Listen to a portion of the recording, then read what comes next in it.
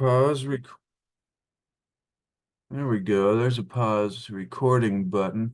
All right, ladies and gentlemen, I think we are here. It is Wednesday. Welcome back to the channel. They just updated Zoom here, and I couldn't find the record button, and I was hoping there's a pause recording button. But anyways, today we are going to be continuing our series in the Corpus Hermeticum, the Divine Pymander, original manuscript, Hermes Trismegistus, 3rd century AD. Apparently, this is a new edition from 2015, edited by Tarl Warwick. However, we're almost a decade past 2015, ladies and gentlemen, and we've come quite a ways in this series.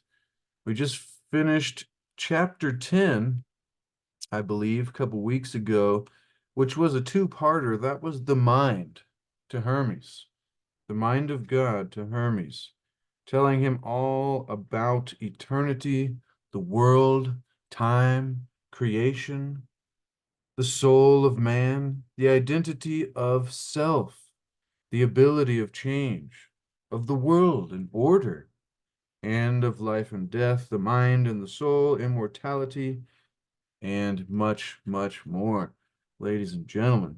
Even talking about erring from the truth. He said, "For nothing can be like the unlike, and only, and one, nor ought you to think that he has given of his power to any other thing." Well, this will tie in perfectly with what we'll be reading today, ladies and gentlemen, and it is chapter number 11, or book number 11, from the Corpus Hermeticum, and it is entitled Of the Common Mind to Thoth. So the last one was the mind to Hermes, if I got that correctly, yes. And now this one is of the common mind to Thoth. Now somebody left me a comment recently that I thought was a wonderful comment. And once again, thank you for joining me. Thank you for being here, ladies and gentlemen. I love and appreciate each and every one of you who spends time with me here in these videos, in the premieres, in the live chats, and also in the replays and in the later comments, because I love to go back and forth with you and see what you have to say. But somebody left a great comment, which is why I love to go through the comments. And they said, Thoth May is Thoth's father. And then I believe Tot, T-A-T, is Thoth's son. I'm not 100% if I'm getting that right, and you can re-comment that in this video for reference if you happen to watch this video again. However, thank you for sharing that, because I always, I replied, I appreciate that, because I'm never quite sure who is talking to who here. It seems that when the name Tot, T-A-T, is used, and then Tot replies, he says, "Oh, Father." And then it said in one of the previous texts, Trismegistus replied to Tot, "Oh, son." So there was a father and son relationship between T-A-T, Tot, and Trismegistus, which to me is also Thoth, Hermes Trismegistus. And I'm guessing the blending of the Egyptian and the Greek nameage there can make it a bit confusing, Trismegistus being the same as Thoth, which could also be pronounced Tahat, which is very close to Tot, and very close also to Tatme, or T-A-T-M-E, Tatme, which would be, I'm guessing, Trismegistus's father. Very, very fascinating, ladies and gentlemen. But I guess, without any further ado, let us dive into chapter 11, book number 11 of the Corpus Hermeticum. Once again, reading for purposes of teaching and commentary and expanding the mind so that we can increase our understanding and our awareness of the nature of reality, so that through that awareness, increased awareness, we can increase the quality of our lives. Now, verse number 1 of the common mind to Tot begins by saying, quote, "The mind, O Tot, is of the very essence of God, if yet there be any essence of God." Number 2, what kind of essence that is, he alone knows himself exactly. So only God knows what his essence is. And I find it odd that it gives it a masculine, but I think that is because in the Egyptian, uh, spiritual or religious philosophy, that there was the male and the feminine and the intermediary there. And I'm guessing there's part of universe, I believe it was the great goddess Destiny, which is the black background to the sky, which Destiny is written on her body. But that's, you see, somebody will know more about that than me in the comments below. So be sure to let us know all about that explanation there. Number 3, the mind, therefore, is not cut off or divided from the essence of God, but united as the light of the sun. Number 4, and this mind in men is God, and therefore are some men divine, and their humanity is near divinity. For the good daemon, Daemon, are called gods, immortal men, and men mortal gods. Now, this is an important point that has been mentioned before in this Hermetic philosophy, is that gods are like immortal men. However, men are like mortal gods, referring to humanity, men and women, I believe, ladies and gentlemen. Now, let me go through those first 4 again and see what we are gleaming here from these teachings. Now, if you haven't joined me for any of this series previously, doing the whole rest of this book as well as the Hermetica, ladies and gentlemen, the lost wisdom of the pharaohs, which was very fun. I love the history of the Hermetica and how Hermetics has survived throughout time and escaped the grips of, religious, dogmatic destruction. However, the mind, O Tot, is the very essence of God, if yet there be any essence of God. What kind of essence that is, he alone knows himself exactly. So only God knows what it really is. But the mind is our closest understanding to what that may be. The mind, therefore, it says, is not cut off or divided from the essence, from the source. Maybe we talked about evil and good and just energy, having these polarities as a oneness, and you're either moving away from source or you're moving towards source through whatever kind of resonant energy activities or vibrations or frequencies that you are creating through your thoughts, behavior, actions, and on and on. And so, however, neither are cut off. The mind, therefore, is not cut off or divided from the essence of God, but united as the light of the sun. And then this mind in men is God, and therefore are some men divine. So I'm thinking it's saying, in other words, that we have this ability or this opportunity with this power or capability of mind, of our mind, that is in us, and that is the very essence of God, and this mind in men is God. Therefore, it says, are some men divine, and their humanity is near divinity. I think that last bit there means, obviously, some of us can become divine through understanding, awareness, alignment, practice, everything that's been taught on this channel for the years now that we have done it. So thank you once again. I appreciate everybody. Hopefully you're getting value so far. These are always really deep.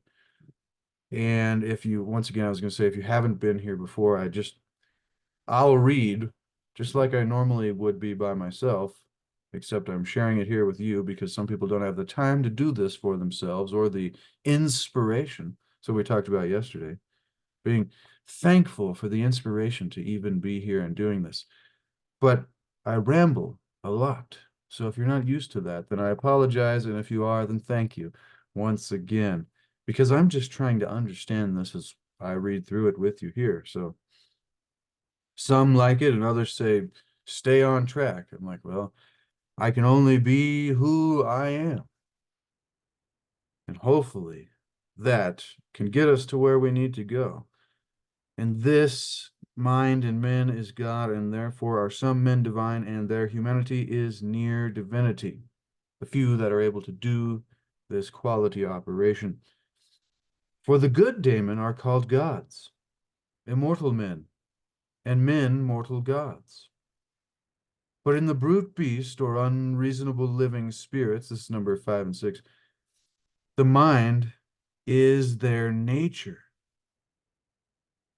But in the brute beast or unreasonable living spirits, and if I remember right, unreasonable was like the things that are not moving towards source, but moving away, and being consumed with the trappings of the mortal physical material realm, evil, as it would be called. But the unreasonable living spirits in the brute beast, the mind is their nature. For where there is a soul, there is the mind. As where there is life, there is also a soul. And we've learned this before.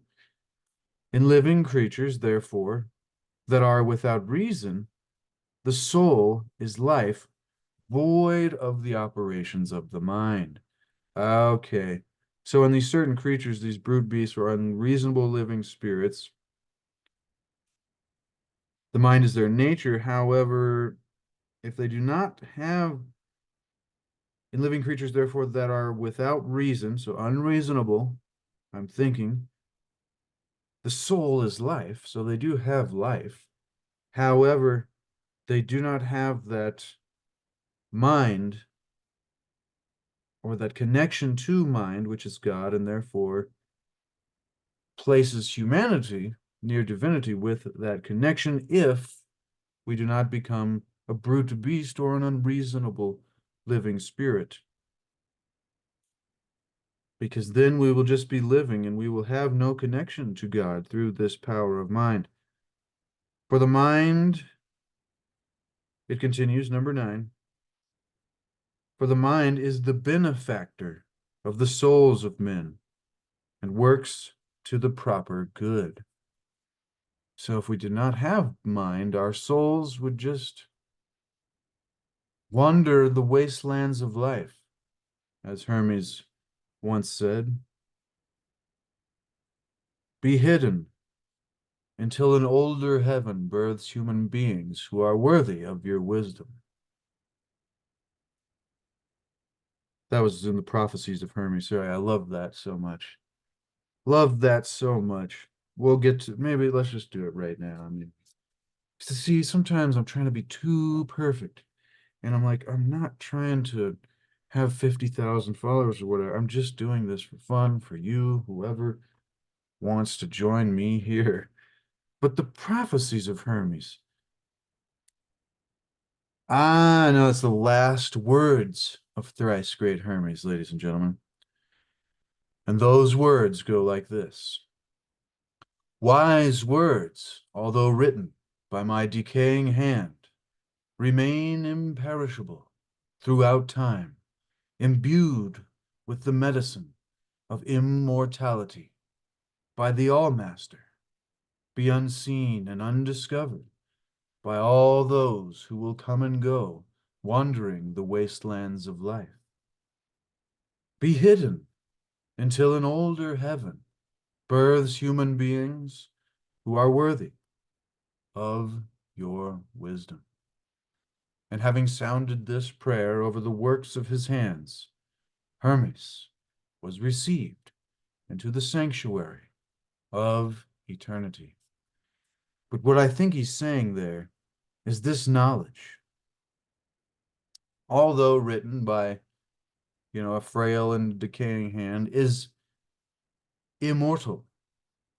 and this connection and this wisdom that we can have with Atum, with God, with the Tao, grand organized design, God, Great Spirit, whatever you want to call it. That thing that we are all a part of and have an ability to move towards and connect to, that knowledge will remain imperishable throughout time. And it has an opportunity to give us a quote unquote medicine of immortality, an understanding of our own immortal nature, rather than thinking that we're just some brute beasts to wander the wastelands of life.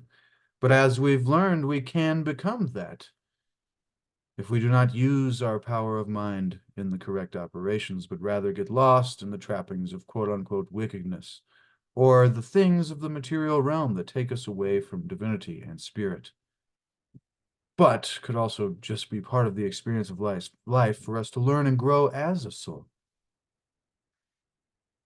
But be unseen and undiscovered by all those who will come and go, wandering the wastelands of life. I think that talks about what happened in the history of the Hermetica, which the early origins of the Hermetica are shrouded in mystery, but evidence suggests that it is a direct descendant of an ancient philosophy of the Egyptians and possibly even earlier times. Atlantis, ladies and gentlemen, the previous golden age. We knew all of this, and this is the best we could do to try to keep it. But there was a universal city, the city of Alexandria, where Greeks, Jews, Egyptians, Babylonians, Phoenicians, and Buddhists, and Indians, and many more associated together in relative peace, and they were renowned for their thirst for knowledge. And this place was rich, ladies and gentlemen, in esoteric knowledge, Pythagoreanism, Chaldean oracles, Greek myths, Platonic and Stoic philosophy, mystic Christianity and Greek mystery schools, Zoroastrianism, astrology, alchemy, Buddhism, and of course, the ancient Egyptian philosophy and mystery schools were all practiced, studied, and compared and discussed side by side. And so when it says that knowledge imbued with the medicine of immortality, which I mean, if you think about, the Ormus or the monoatomic gold and life extension knowledge and understandings of the ancients, they may not have been using that metaphorically. It may have literally been the knowledge imbued with the medicine of immortality. However, who did he want it to remain unseen and undiscovered? And who did he think was wandering the wastelands of life? Well, this is my thought, ladies and gentlemen. The golden age of Alexandria came to an end with the birth of the intolerant Christian Holy Roman Empire.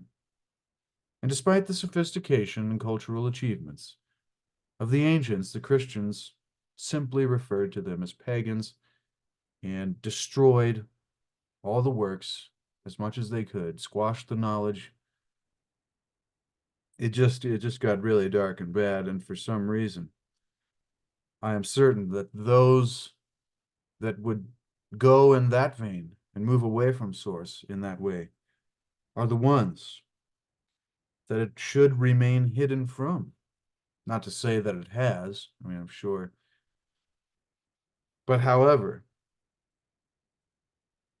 I mean, it happened again too when it escaped and then went to Baghdad and they created the House of Wisdom where all many pagan works were translated and they tried to refigure out the knowledge again. But as always, it succumbs to the same desire for orthodoxy that had arisen in the Christian West, and once again, intolerated and rooted out, if necessary, with violence.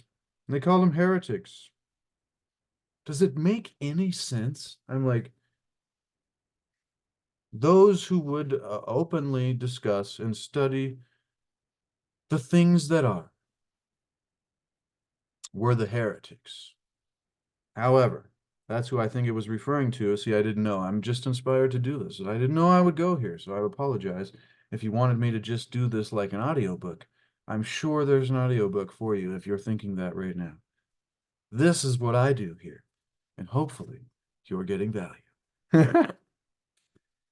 But until an older heaven births human beings who are worthy of this wisdom, I hope that we are a part of that time of that older heaven. And we are those human beings here now.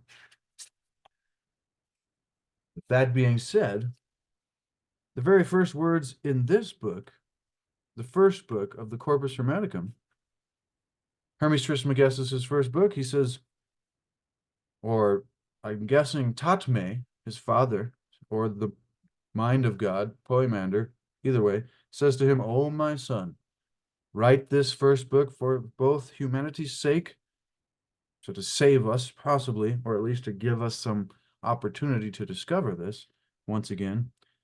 And then secondly, for piety, reverence, honor towards Atum, the one God. For there can be no religion more true or just than to simply seek to know the things that are." What do you think these quote-unquote pagans or heretics were doing? They were comparing, discussing, side by side, to get all the knowledge they possibly could to simply discover the things that are. And then to acknowledge thanks for all things, and to that which hath made them. Which thing, hopefully, we shall not cease continually doing. With that being said, let us return to Of the Common Mind to Thoth, chapter number 11, in the Corpus Hermeticum. So we were on number 5 there, number 6, and then we'll start making some progress here before I jump in again and ramble, which is the fun anyway, so thank you. Number 8, in living creatures. Now we'll go to number 7. Where there is a soul, there is mind. As where there is life, there is also a soul. In living creatures, therefore, that are without reason, the soul is life, void of the operations of the mind.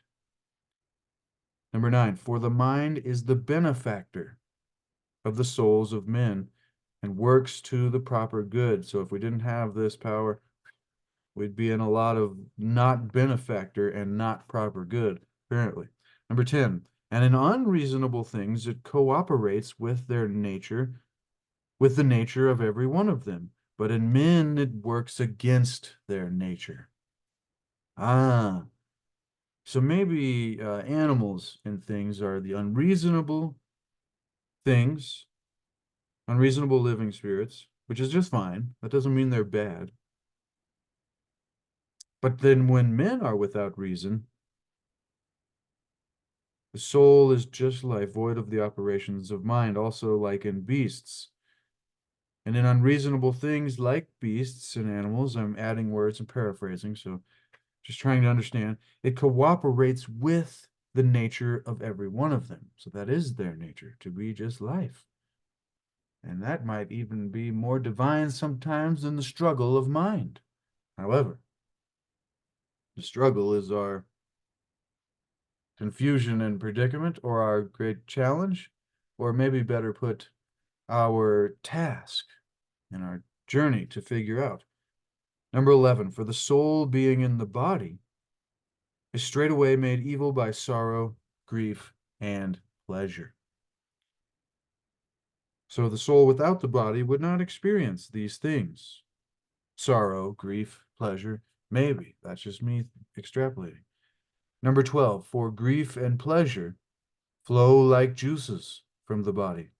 Thus, when the soul enters or descends, she is moistened and tinctured with them. See, it mentions the moistness, which is a very weird word for some people, in previous chapters, and it always mentions it in a very interesting way.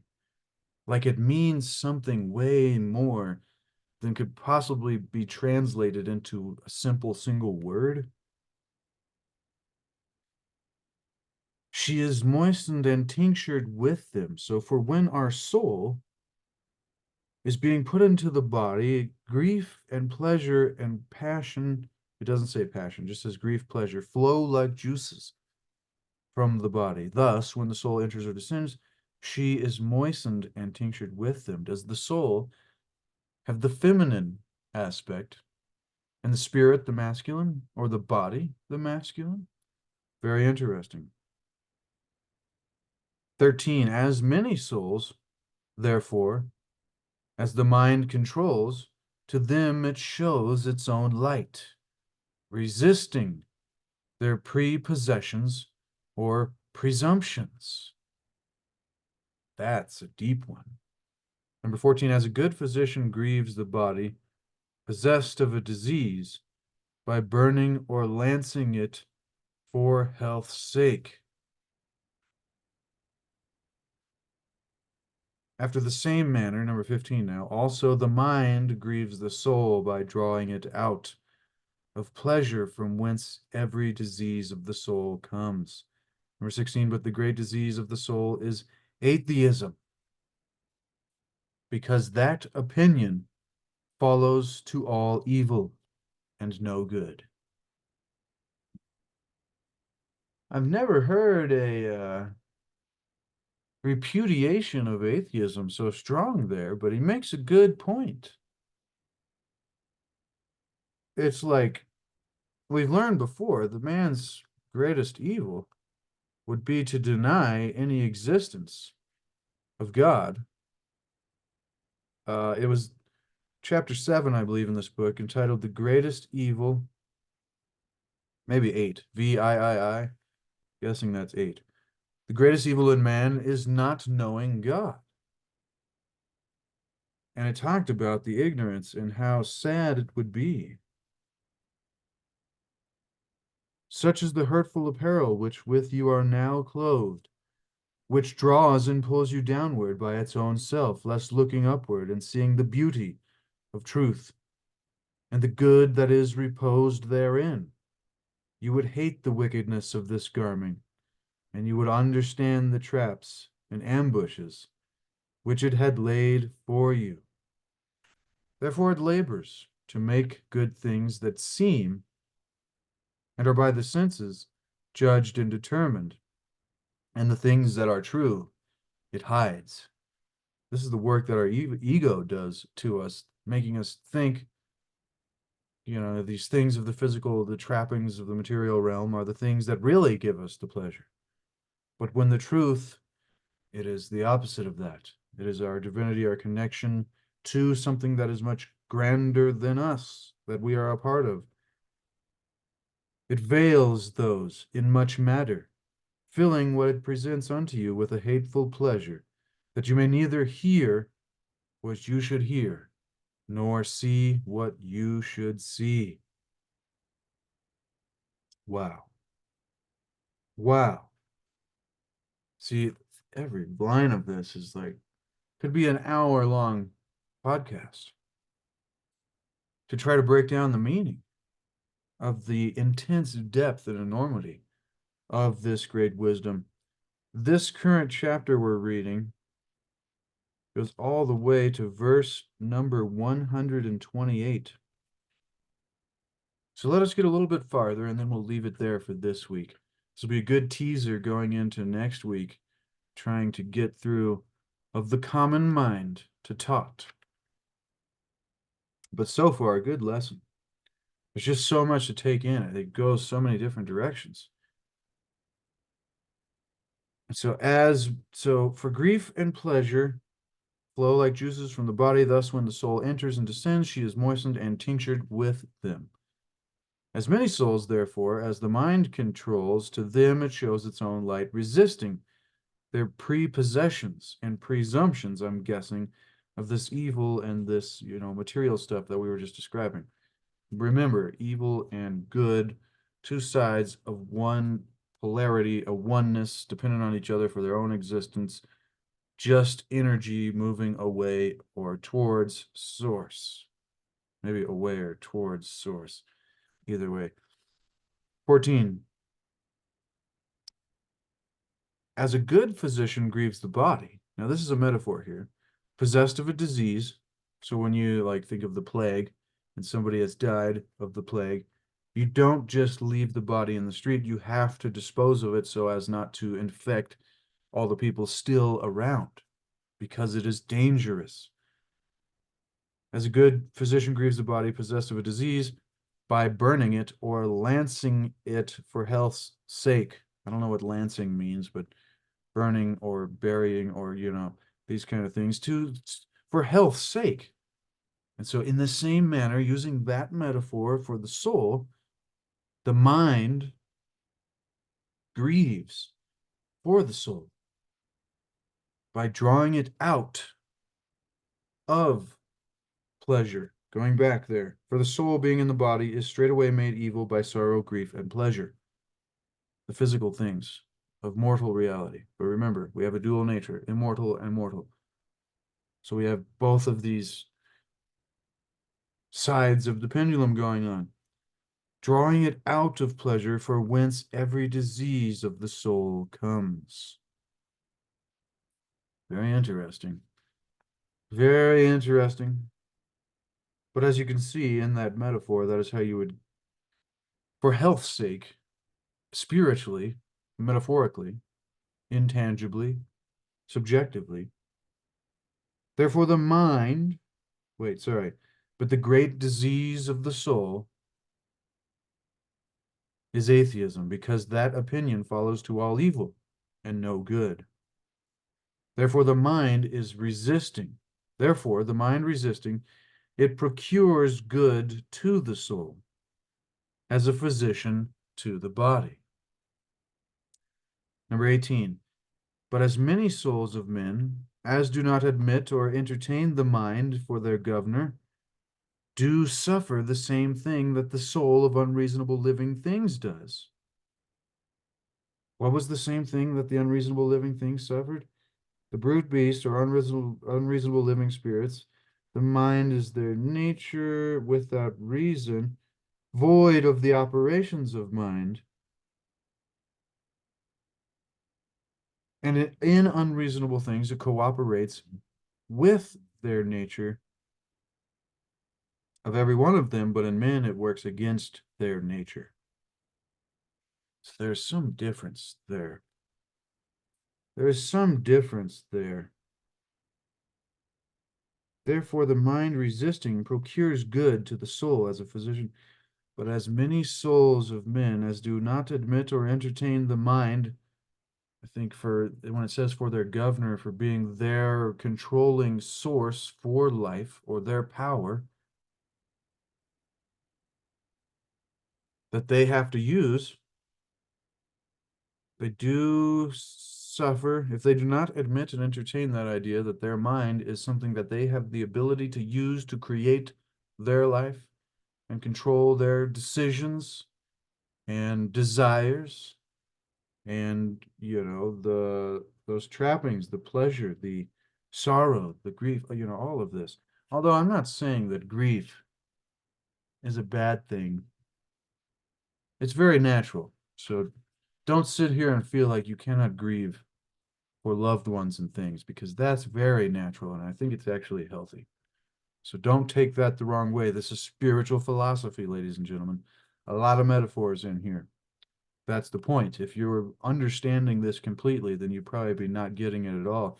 And if you're barely understanding this, then you're probably picking up on quite a few points. So pat yourself on the back for being here. We are the 1%ers, ladies and gentlemen, that are attempting to lift the consciousness level of all of humanity through this work. And as we've learned from the work of Dr. David R. Hawkins, that you could be stuffed away in a cave somewhere and still have an impact and influence on the consciousness level, the collective consciousness that we all share. So let us be the tide to raise all boats. Therefore, the mind resisting, it procures good to the soul as a physician to the body.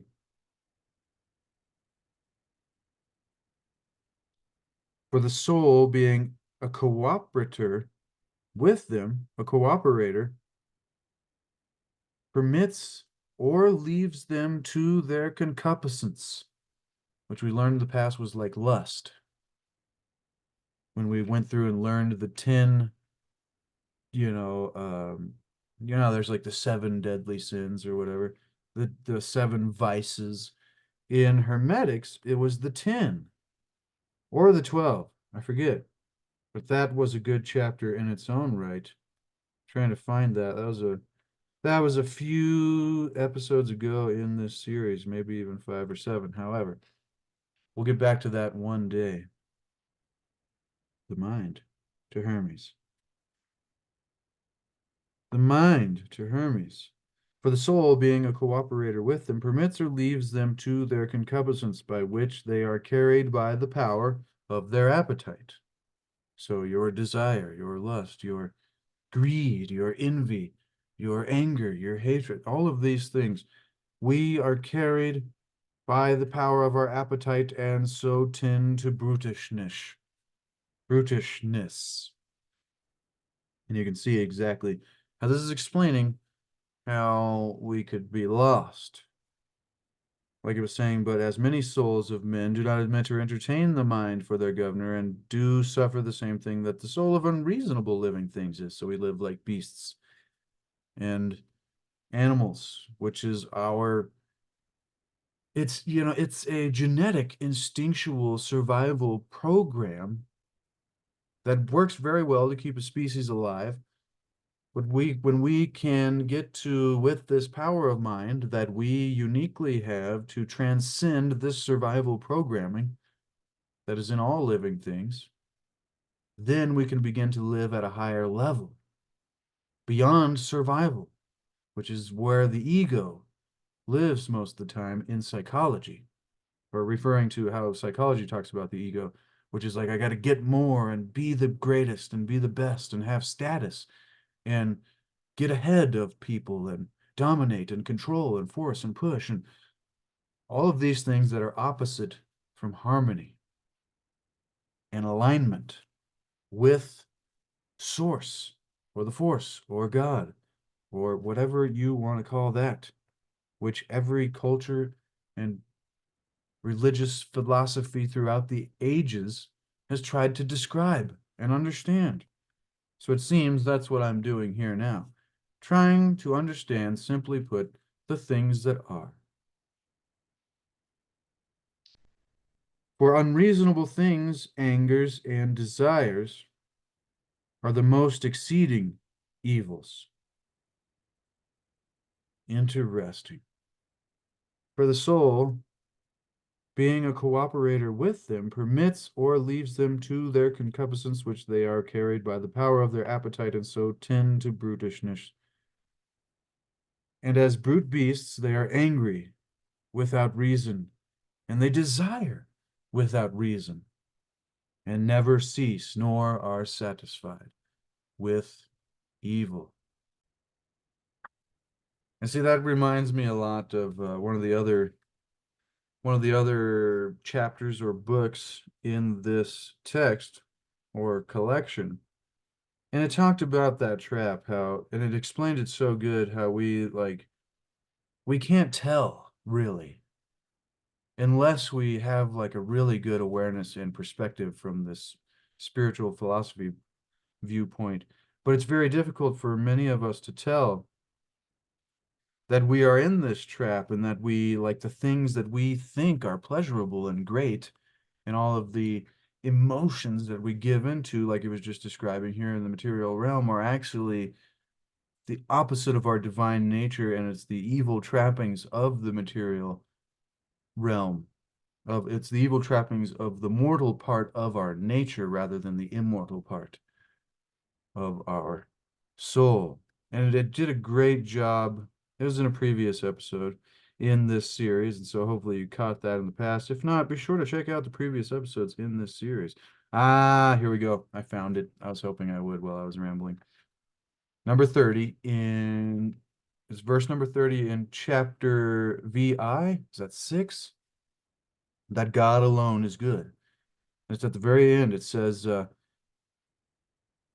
if you seek concerning God, verse number 29, you seek also after the fair. For there is only one way which leads to the same thing, that is piety with knowledge, honor and reverence towards God.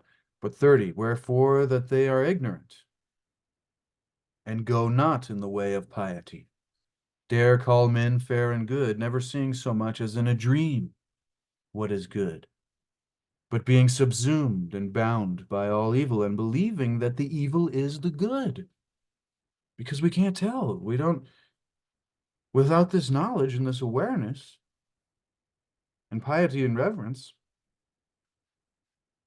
and like, see, before it said, if you can understand God, you can understand the fair and the good, which is most shining and enlightening and most enlightened by God, for that beauty is above comparison, and that good as is imitable, as non-imitatable as God himself, and therefore, if you understand God, so understand the fair and the good, for these are incommunicable to any other living creatures, but they are inseparable from God. Wow, that's talking about the unreasonable living things, that it is just their nature to see. This is having connections to what we've been reading today, so I'm glad I felt inspired to go over here. Believing that the evil is good, they by that means both use it insatiably and are afraid to be deprived of it. And therefore we strive. I added we, it says they, but I'm part of they, so therefore we strive, ladies and gentlemen, by all possible means, that we may not only have it, but also increase it. This is the trap that we find ourselves in that is being described here in the beginning of this book, in a very different way. Therefore, the mind resisting it procures good to the soul as a physician to the body, but as many souls of men do not admit or entertain the mind for their governor, do suffer the same that the soul of unreasonable living things does, just like it was saying in the previous book or chapter. And so for the soul being a cooperator with them permits or leaves them to their concupiscence, by which they are carried by the power of their appetite and so tend to brutishness. And as brute beasts, they are angry without reason, and we desire without reason.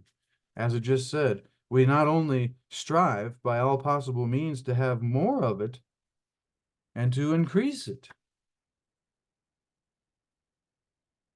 And as brutish beasts, angry without reason, never cease nor are satisfied.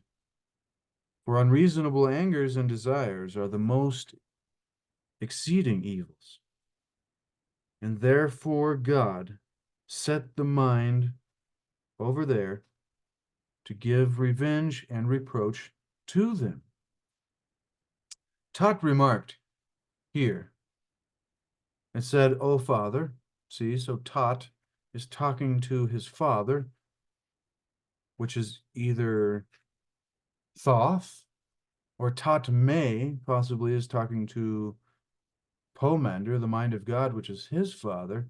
I don't know. See, if you understand that better than I do, I'm just taking it as Thoth's son Thoth is talking to him here. Thoth remarked here, number 23, O Father, that discourse of fate and destiny, which you told me, is in danger of being overthrown.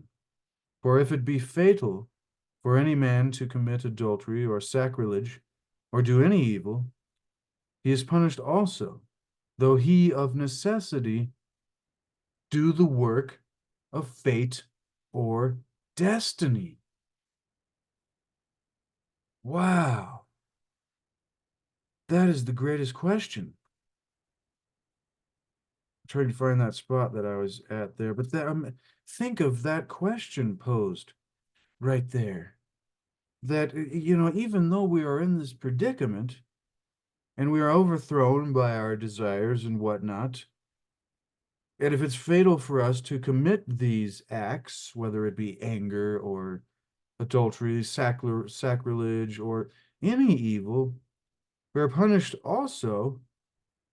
But how does that work if of necessity we are doing this through the work of fate or destiny? Great question, Thoth. Thoth replies. He replied, all things, O son, are the work of fate, and without it can no bodily thing, either good or evil, be done. 25. For it is decreed by fate that he that does any evil should also suffer for it.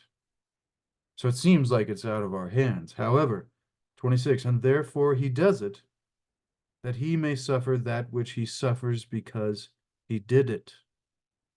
But for the present, forsake that speech concerning evil and fate, for at other times we have spoken of it. Because for now, for next week, ladies and gentlemen, our discourse is about the mind and what it can do and how it differs, and is in men such a one, but in brute beasts rather is changed. So is that our opportunity to connect to Atum, to God, or our chance to fall and be unreasonable? 29, and again in brute beasts is not beneficial, but in men it is, by quenching both their anger and concupiscence.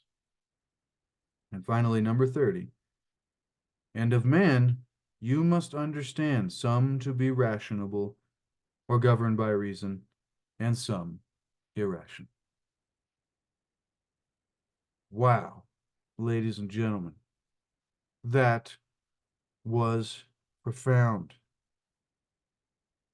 That was a boon to the wisdom and the knowledge of Hermetics and the good and evil of man. I'll finish with number 30, verse number 31 from chapter number 6, that God alone is good, because it ties right into exactly what we talked about today and focused on,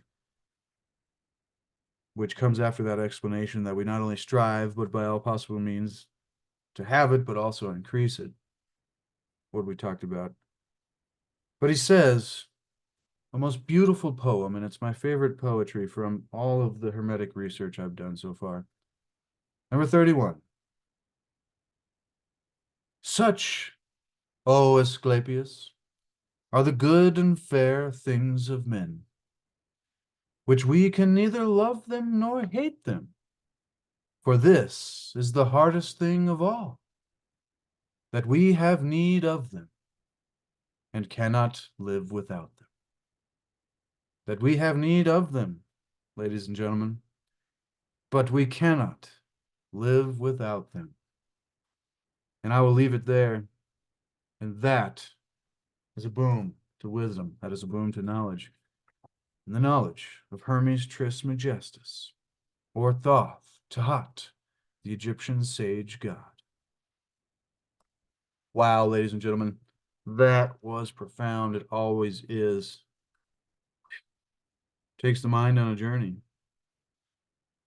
Takes the mind on a journey, but that was fun and wonderful. Hopefully you got value, and if you did, consider subscribing, consider sharing this with somebody who is like-minded. It helps support the work that we do here. Also, I have this book linked for you below in the description, so you can get it for yourself to put it on your shelf, so you can follow along in this wonderful journey of attempting to understand the knowledge of the things that are, the lost wisdom of the pharaohs.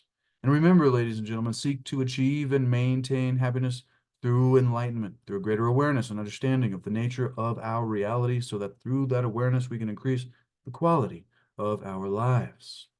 And also remember to seek to discover the hidden mysteries of our history and the lost wisdom of the ages. And also remember that there is no way to happiness or enlightenment, because it is the way. It is what we must bring to life, moment by moment. Our lives are made up of moments. And so if we can bring happiness to our moments, rather than telling ourselves, oh, I'll be happy when I get there, or when I finally have this much, or when I have that, becomes irrelevant. Because then, ladies and gentlemen, then we are there. And hopefully the entire journey is wonderful. All right.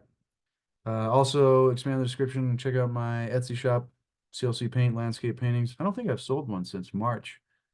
Maybe close to a year now, but that's just fine. I haven't even really listed any other than the 7 or 8 that are on there in that much time. So where you put your energy is where you will find things happening. Secret of the universe, ladies and gentlemen, if you didn't learn it from today's lesson, the mind is our most powerful gift that we've been given. I was going to say it's our most powerful tool, much more than a tool, much more than just a tool, but the greatest tool or gift, opportunity, ability that we have. Secret of the universe. What you think about expands. Where energy goes, energy flows, maybe. But where you put your attention, you will begin seeing those things for yourself. So be careful what you focus on, in other words. Sorry. I'm rambling once again. Thank you, love you, appreciate you, ladies and gentlemen, for being here and joining me and Dr. David Hawkins and Thoth and Hermes Trismegistus and Thoth and the Mind of God and Pymander and all the wonderful authors and poets and mystics and sages of the ages. Ladies and gentlemen, remember, be the change you want to see. Be the example you want to set. No, no, no, no, no, no.